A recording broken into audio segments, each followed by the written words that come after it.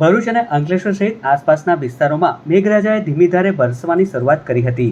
છેલ્લા ઘણા દિવસોથી અસહ્ય ઉકળાટ અને ભીષણ ગરમીનો સામનો કરી રહેલા સ્થાનિક લોકો માટે આ વરસાદ આશીર્વાદ સમાન સાબિત થયો છે.